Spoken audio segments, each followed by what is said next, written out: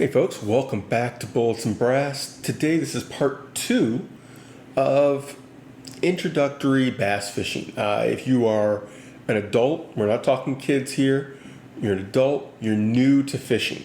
Not just bass fishing, you are new to fishing. Or you haven't done it a long time, you don't have any equipment, you're just getting back into things. What if you're willing to buy more than one rod? Or you've done some fishing and you're like, okay, now let's expand this. Let's take this to the next level, right? Everybody who was up in arms, and so far that hasn't been anybody, but everybody who's like, hey, why the hell are you recommending what is jokingly referred to as fairy wands, as in like the little Disney character fairies, guys, chill. Why are you recommending something like that in a medium, no less? Like that's a wussy little rod. Why aren't you, into the medium heavy bait casting, hardcore setup?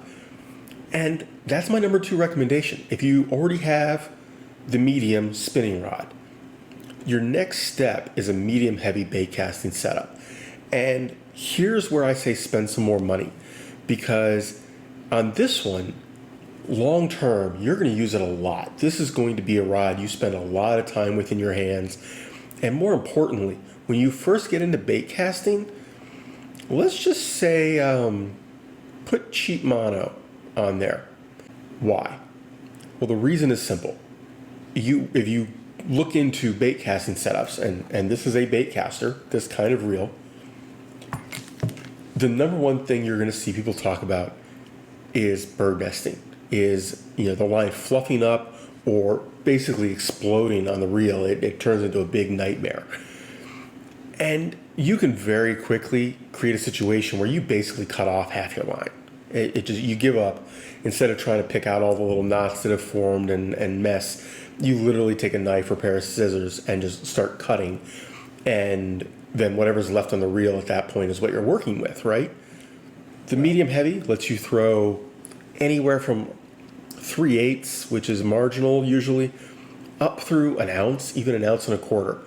I usually throw things that in that half plus a trailer, like a half-ounce jig plus a trailer, a half-ounce weight plus the hook and worm for a Texas rig, that kind of thing. So this is a rod you're going to use a lot. And you usually want a medium heavy fast. You don't want a moderate. You don't want a moderate fast. You don't want an extra fast. Those are specialized. You want a medium heavy fast.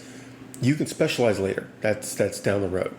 That'll let you do, between the two, almost anything somebody in their first year or so of bass fishing is going to do.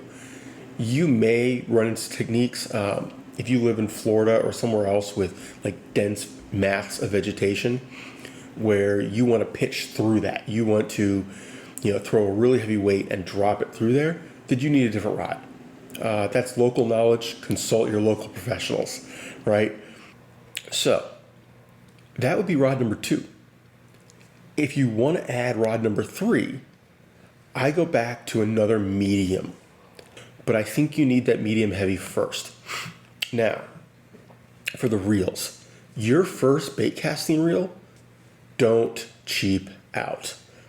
I don't suggest you cheap out on the rod, but $100 on the rod is probably plenty. For $129, you can get some pretty nice. For $150, you can go really nice. You can spend as much as you want. I'm just saying, past $100, you're already into the realm of pretty nice rods. The reel, $100 is getting started.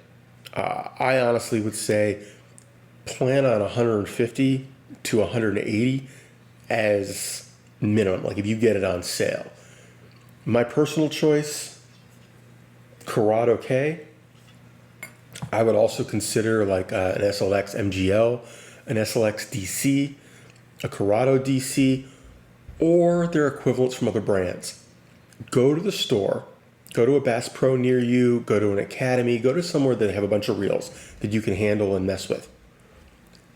Try them out. You can't cast with them, but you can, do some cranking, have them in your hand, feel how the release works. If the side of it doesn't fit your palm well, different reel. Try different ones. I particularly like the Shimano line. But there are Shimanos I don't like. There were Daiwas I did like. You have to try variety, but don't go cheap. And then my suggestion is go watch a dozen videos on starting to learn to cast a baitcaster, because you will see instructions for setting up a baitcaster that are absolutely wrong for beginner. They will talk about, setting so your spool tension means the spool just doesn't move side to side, and drag settings, spool breaks that get you maximum casting distance. Maximum casting distance equals, oh shit, for a beginner. You are going to absolutely bird nest your line. If you keep that spool tension snug enough, you are not going to have nearly as many backlashes. The next step is start out with more of your brakes than you think you need. If you have a magnetic brake, put it on 10. Just crank it all the way up. If it's 6, 20, whatever it has, all the way up.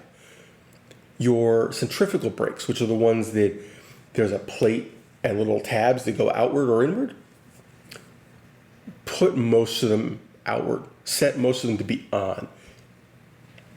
Consult the manual for your reel to figure out what on is, because they do vary, but usually it's outward is on. You want more braking than you think you need initially. Don't worry about how far you can cast.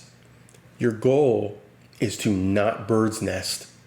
Your goal is to steadily get a feel for it and not bird's nest. Your thumb gets into play. When I cast, 99% of the time, my thumb is just hovering. There's the hint of contact.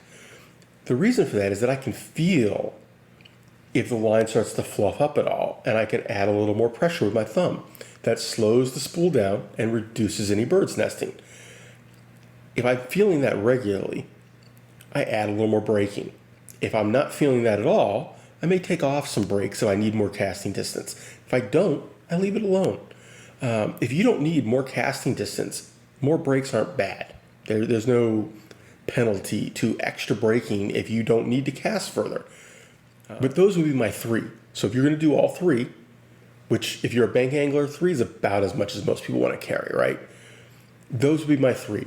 But I would drop a rod in the same order. I would lose that bait casting crankbait rod, and then I would let go of my medium heavy fast, and then I would be down to just my medium spinning rod combo. That is it. Take care, have fun, stay safe, keep fishing, guys.